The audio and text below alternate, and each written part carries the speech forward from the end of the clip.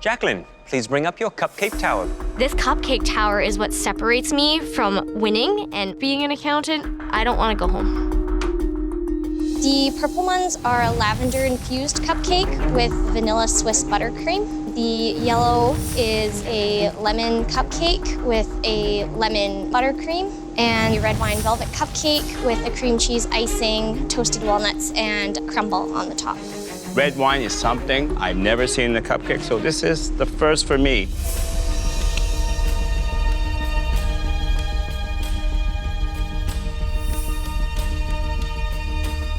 This is absolutely delicious. I love the innovation. You know the history of red velvet cake. The original one was made with red beets. And the red wine, it's a perfect replacement because I get that spiciness, earthiness. Now, there are little flaws, these little tiny crumbs. I don't think it really needs it. It makes it look dirty. Overall, I love it. The lavender. My least favorite herb is lavender. So this has to be pretty sensational. I'm just hoping it's not too perfumey when you eat it.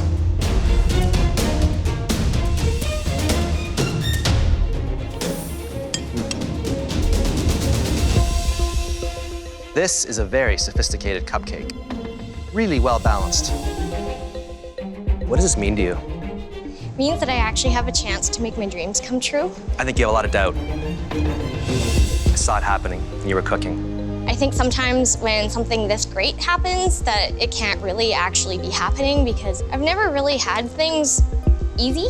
Unless you start believing, you're not going to get very far. I mean, accountants don't usually make beautiful tower of cupcakes like this. Please go back to your station. I didn't realize it at first, but I do think that this competition for me is more than just cooking. I just can't picture myself sitting in an office. I want to be here. Sean, bring up your cupcakes. I'm worried that the inside's just gonna be mush because I opened the oven. The first was a chocolate pecan topped with a vanilla icing with a candied white chocolate bacon. The second is a banana Foster cupcake topped with caramel icing. And the third one, it's a spiced peach topped with some whipped cream and chocolate ganache. You think this is cooked in the middle? I sure hope so.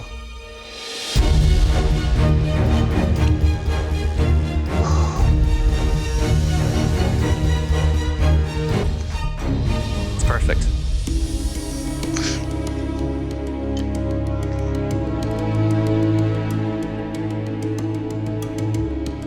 The cake is light. Thank you, Chef. Doesn't mean you're safe, though. Well, I'm going to go for the peach. And the reason I'm going for the peach is because I was very, very skeptical when I'd seen the peach trying to jump out of the cupcake.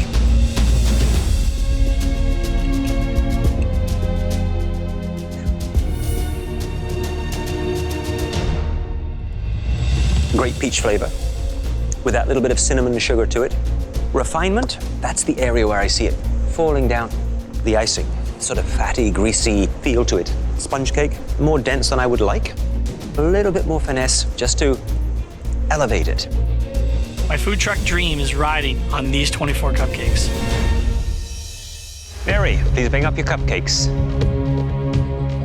It's really important for me to do well. I don't want to let the judges down. Walk me through it. A s'more cupcake with a chocolate sponge flavored with a bit of vanilla and a Swiss meringue on top. Over here, mocha and Swiss buttercream. And then a coconut cupcake with a little bit of lime zest. That's the one I'm going to try. Look at that.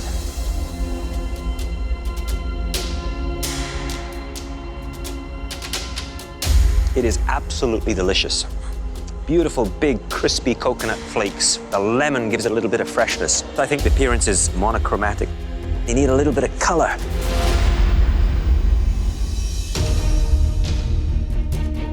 I love marshmallow, so that's the one I'm gonna try.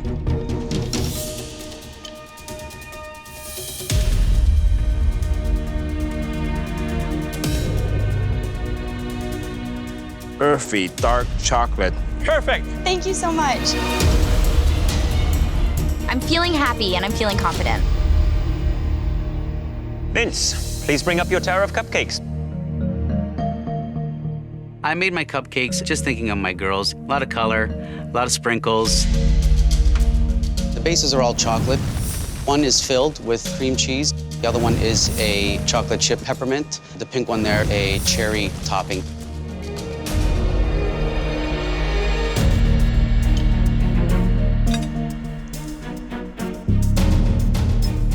Very subtle with the mint, not too overpowering. You know, the chocolate and mint, it's a classic combination. Overall, the decoration, it's a little homey. The piping is sort of child's play-like. The sponge cake, a little dense because I think it struggled to rise. Thank you very much, Vince. Thank you.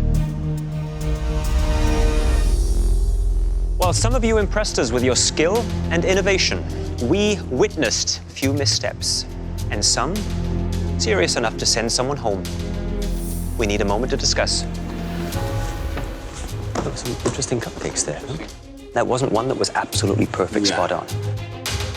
Sean nailed the flavor. But it lacked the refinement. I know that Sean Hickey's cupcakes aren't as refined as well. I just have to be better than Sean Hickey. It's pretty clear. I would agree. Everything's on the line. I might be going home. 4 home cooks from the losing red team have completed a grueling cupcake pressure test that will send at least one of them home. It's pretty clear. I would agree. Let's go.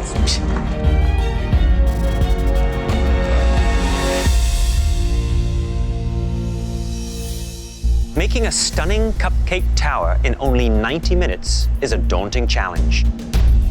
But 2 home cooks served us cupcakes tonight that would look right at home in the window of any gourmet bakery. One of those home cooks wowed us with sophisticated flavors that were all the more surprising because she couldn't even taste them. Jacqueline, congratulations. Thank you. Please take your apron off and head upstairs. A huge weight has come off of my shoulders. Top 12. I proved to myself that I can do this and that I deserve to be here. Mary, your expertise was unmistakable. Your cupcakes were innovative, delicious, and quite frankly, the best we've ever tasted. Thank you so much, Chef. Mary, please take off your apron and head upstairs. Thank you. Thank you. Good job, good job. I need to make sure that I stay on my game and keep pushing myself. You're only as good as your last dish. Vince and Sean, you both hit some high notes with your cupcake towers. Sean, your flavor combinations were innovative. And Vince, you baked with love, and that clearly shone through. But there was a lack of refinement that held you both back. Fortunately, one of you had the edge. And that home cook was Sean. Good job, buddy. Try it. Enjoy it. Yeah. Sean, join the others in the gallery. Thank you. I live to see another day. Hello, Julia. Hi, Chef Michael. How are you feeling? I'm not happy about this presentation. Looking a little butchered there, isn't it? You have the whole tail Yes. fully out. Yes, sir. One claw. One claw. It's a shame. Claw number 2. Much better. Do you think you've perfectly cooked this lobster? I don't know. Well, let's take a look. I want to see no semi-translucent tail meat, but just beautiful, cooked to the perfect degree. Just maybe a hair on the underside.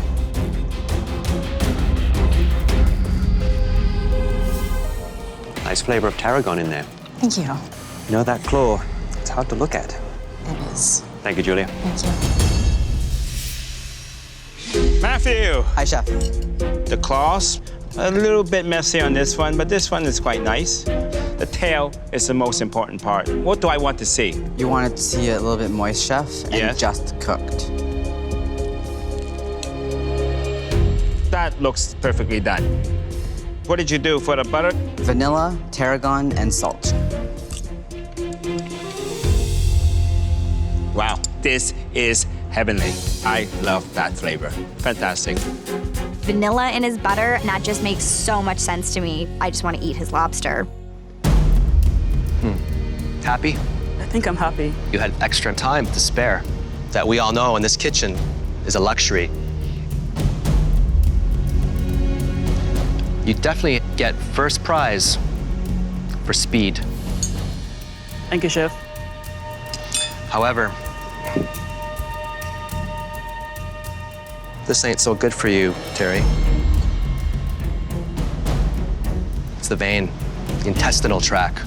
The devil is in the details. This teeny tiny vein is gonna send me home today.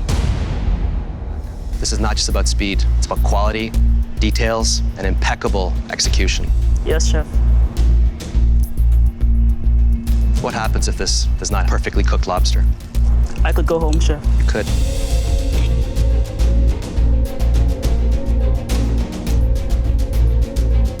It's perfectly cooked, though.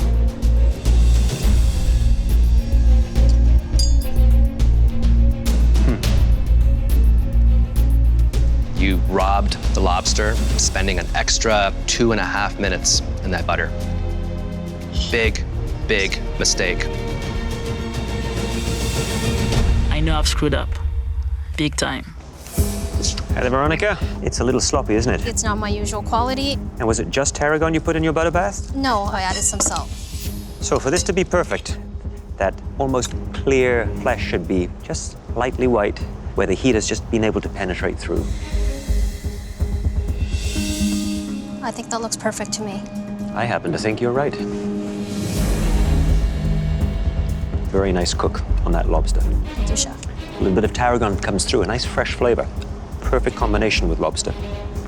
Thank you.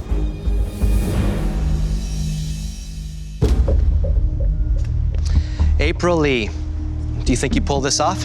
I struggled getting my claws out, but I'm a fighter.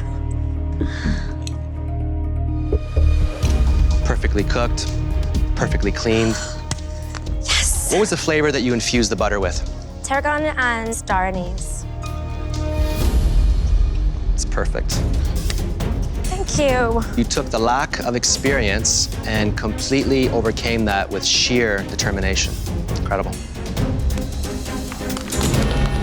I'm so proud of myself. That was a tough challenge. You gave it your all. And some of your butter poached lobsters were good enough to earn you a spot in the top 10. Matthew, your lobster was the best of the night. The second best lobster dish,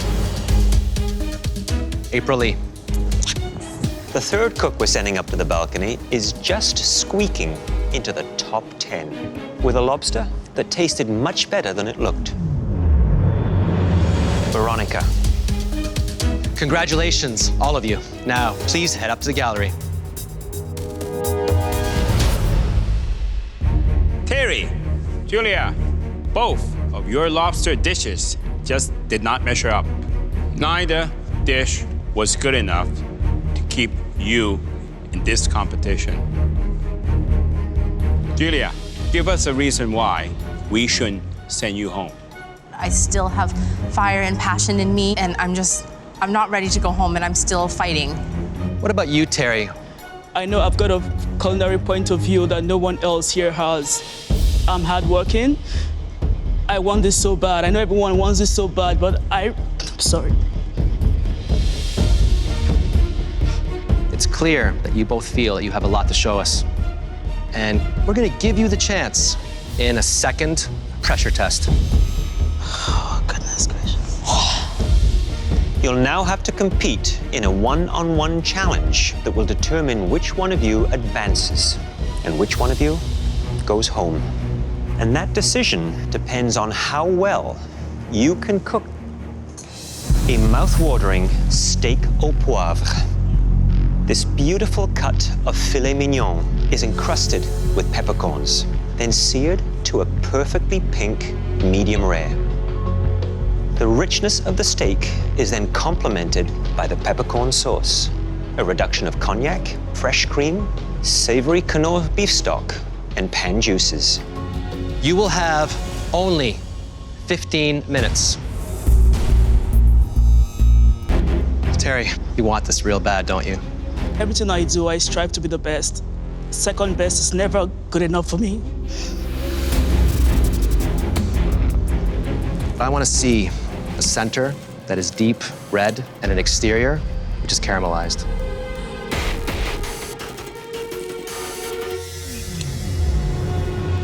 It's perfect.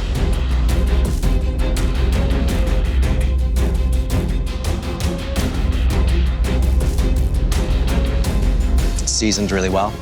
Thank you, Chef. This might be that lifeline you've been looking for.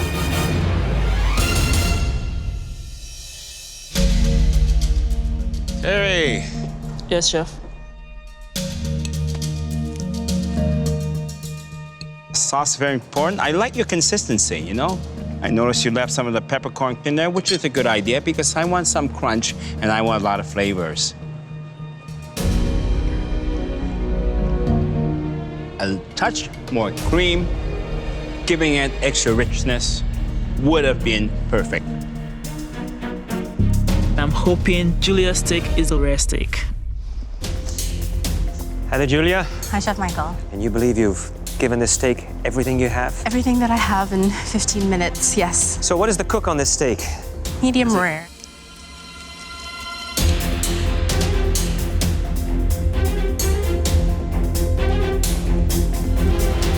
It is leaning towards the more rare.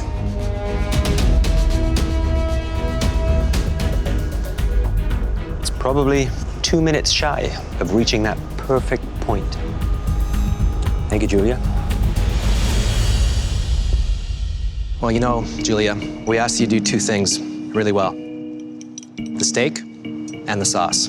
I don't see a lot of sauce. I didn't put enough stock in the pan.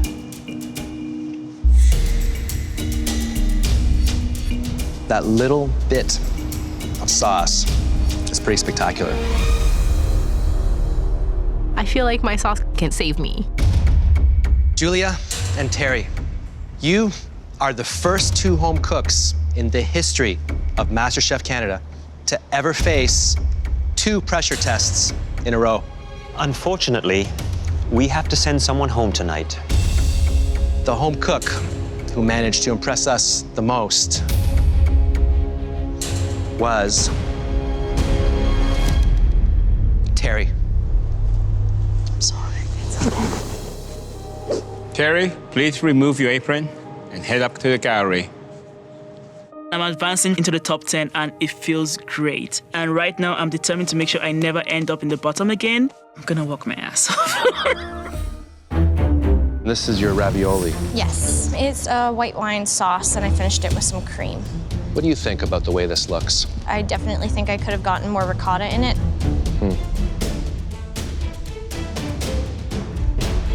It's supposed to look like a pillow. It looks more like a bed sheet. Not the desired effect, is it? No.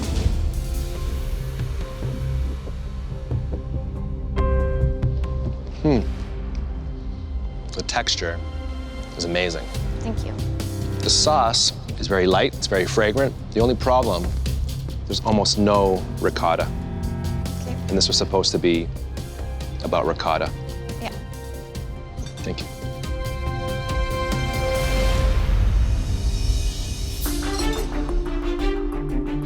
What's in the sauce? Capers, anchovies, chili flakes, olives, and tomatoes. I tried to keep it very simple.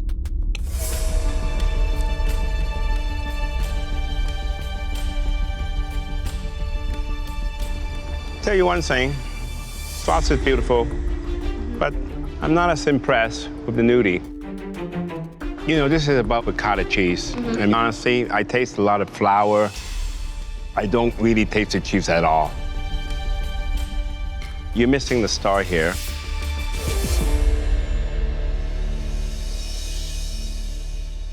Sean, how are you?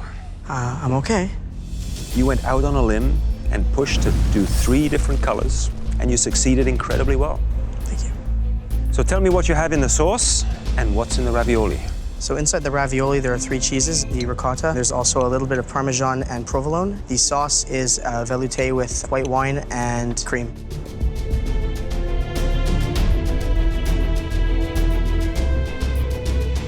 I can tell that this was made by someone who doesn't like cheeses.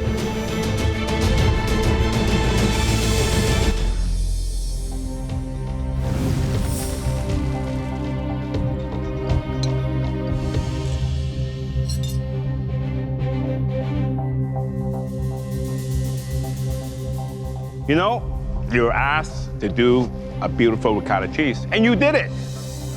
And that nudie, cheesy, light, fluffy, very, very nice.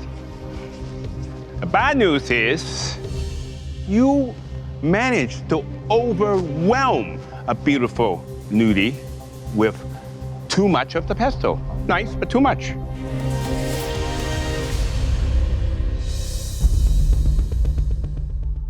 So you used every last bit of ricotta to create these 2 dishes. Yes, chef. You definitely achieved that beautiful, pillowy, fluffy look. The raviolis are generous, but what's happening inside?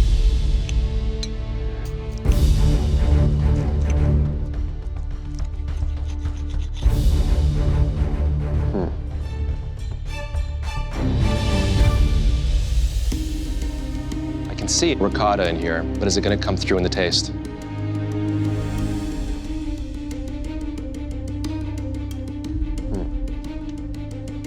The ravioli's good. I can taste the ricotta.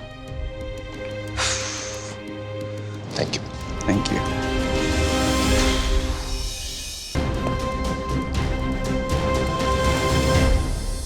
You've all just faced one of the toughest pressure tests in MasterChef Canada history, making your own ricotta cheese and 2 complex dishes in only 1 hour.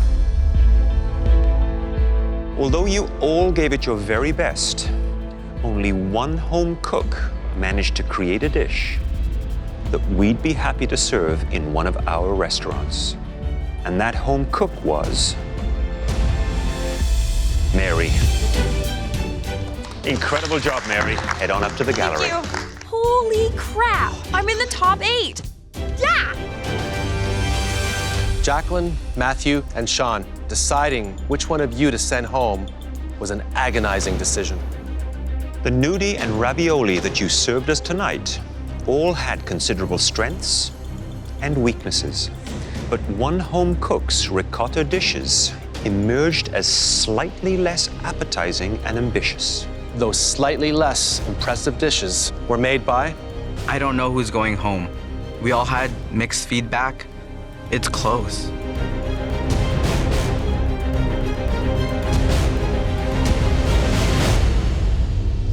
Jacqueline. Sean and Matthew, head up to the gallery. Jeremy, tell me the flavors of your charlotte cake, please. It's orange chocolate mint charlotte, garnished with candied cereal and candied mint. Wow, beautiful. Well, look, the outer row of the lady's fingers looks pretty decent. Any worries about me removing this piece of ribbon? No. Beautiful, Jeremy. So what I want to see is a nice, clean cut. That mousse just sits there nicely, has a little jiggle to it, but you can see the layers. Let's see. This is so dense.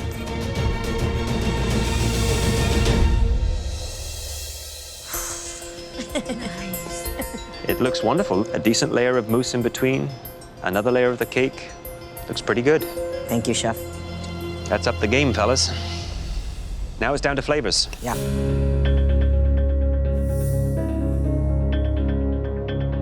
The mousse, beautiful. Thank you. Beautiful, soft, fluffy. The immediate hit that I get is chocolate. Then that mint starts to come around. The piece that I don't get is the orange. I think you needed a little bit more orange just to punch through. Overall, it's a solid charlotte cake. Thank you, chef. Thank you, Jeremy. Good job, Jeremy. Thanks, man. Dr. Sean, Tell me what it is. It's a caramel toffee pecan charlotte. The mousse is a white chocolate Bavarian mousse and then a dark chocolate glaze on top. They seem to be stuck together. In the end, I thought that that would actually help out with structural integrity. You can see, because your lady's fingers are so wide, it's actually very difficult for me to cut a reasonable size. So I'm just gonna cut it here, okay? How will this hold? Look at that. I think it's probably a little bit too soft. It's sloping downward a bit. Maybe there's not enough gelatin. So let's see how it tastes. Tastes pretty good. The thing is so rich. You got two different chocolates. You got the caramel, you got the pecan. I think it tastes better than it looks, but would that be enough to keep you in? Success in this challenge hinged on three things: structure, presentation, and flavor. And only one of you managed to nail most of those elements. Congratulations, Jeremy. Please take off your apron, head to the gallery. I beat out two really tough cooks today, and I'm proud of that. I cooked for my life, and it worked. Sean and Matthew, both your charlottes had structural flaws. Sean, your lady fingers were uneven and stuck together. And Matthew, yours were so disjointed that your glaze bled through the cake. Because of the evenness of these imperfections, we had to base our decision on taste. And one of you had a slight edge. And that home cook was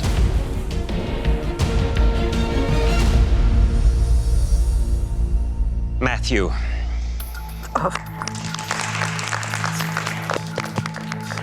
Please take off your apron and head to the gallery. Looks so good.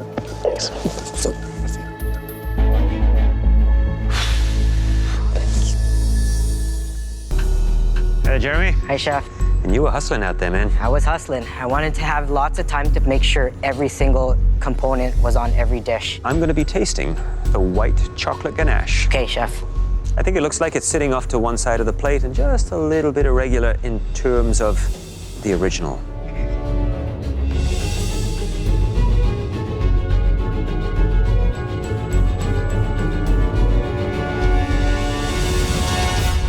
The white chocolate ganache, beautiful. The grapefruit croutons, great crunch to them. That is the element that provides that texture, that interest to the dish. As for the rest of the little garnishes, the grapefruit gel, nice job on the replication. Well done. Thank you, Chef. Hi there, Matthew. Hi, Chef.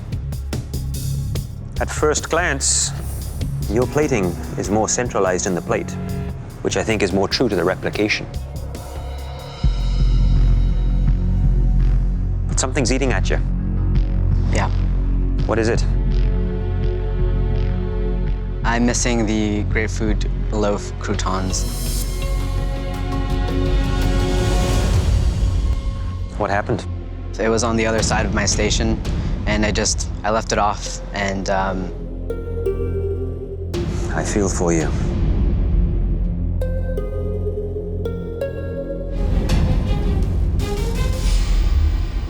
Is that ever light?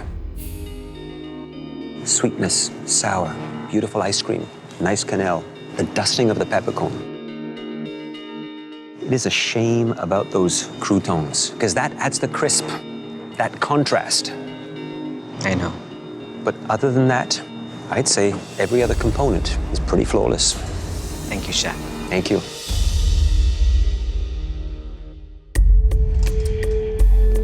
Hi, Chef. So this is the lime choux with the crunchy coconut sablé. Looks pretty from the outside, but there's something inside that is really, really important. I'm expecting to see the choux pastry full of that wonderful mousse.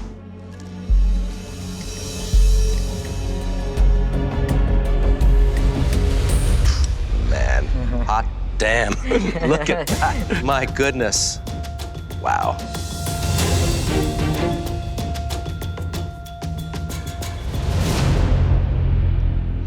What happened to the lime flavor? It's not in there, chef. The texture's there. I love that liquid center, but it doesn't have that kick of lime that I want. What happened? Maybe I should have added a bit more.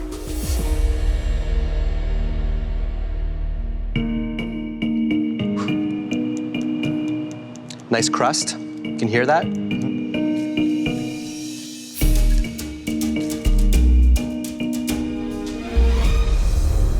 Wow, look at that. It's filled. It's definitely filled. That is perfection. I just want to devour that. But it has to deliver also on that lime flavor.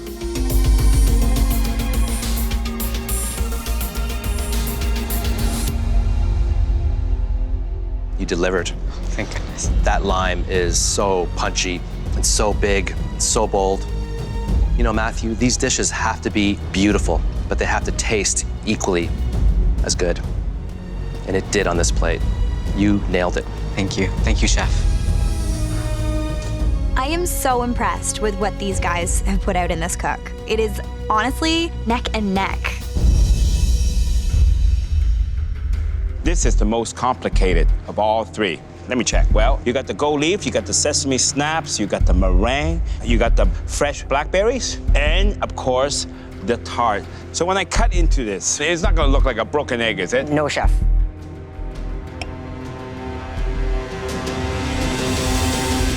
It's a little bit runny. A little bit runny. But not bad. It's holding.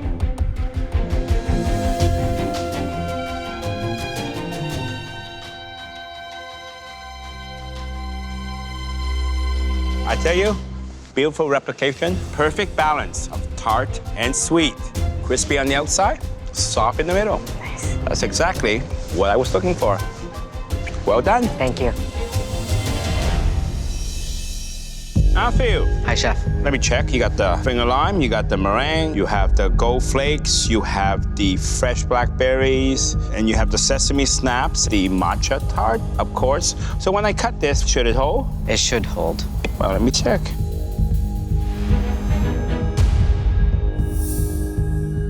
Unfortunately, that's not the case. Yeah, it's running. Well, let's taste.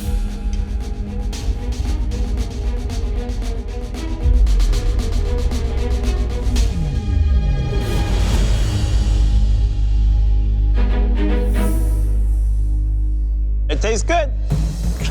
The tart and the sweet, the balance, perfect. Taste is king, and you got it right. Thank you, chef. Matthew and Jeremy, you are both extremely gifted home cooks. And tonight, you both prove that by recreating 3 stunningly difficult desserts. However, only one of you can advance to the MasterChef Canada finale. To make that decision, we had to take into account accuracy of your replications, the beauty of your plating, and most important, the taste of your desserts. It was not easy. But one of you had a slight edge when it came to presentation and flavor. The home cook that made the best desserts and would face off against Mary in the MasterChef Canada finale is...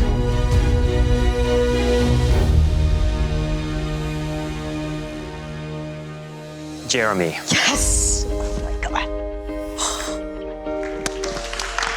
Congratulations, Jeremy. Did you have that day? Yeah. I can't believe it. I just beat out a really tough competitor, and it's super surreal. I'm top 2. Come on up and get your chef's coat. It's been a long road, but I earned this. I earned this chef's jacket. How does it feel? It feels good, chef. Now, please join Mary up in the gallery. Good job, Jeremy.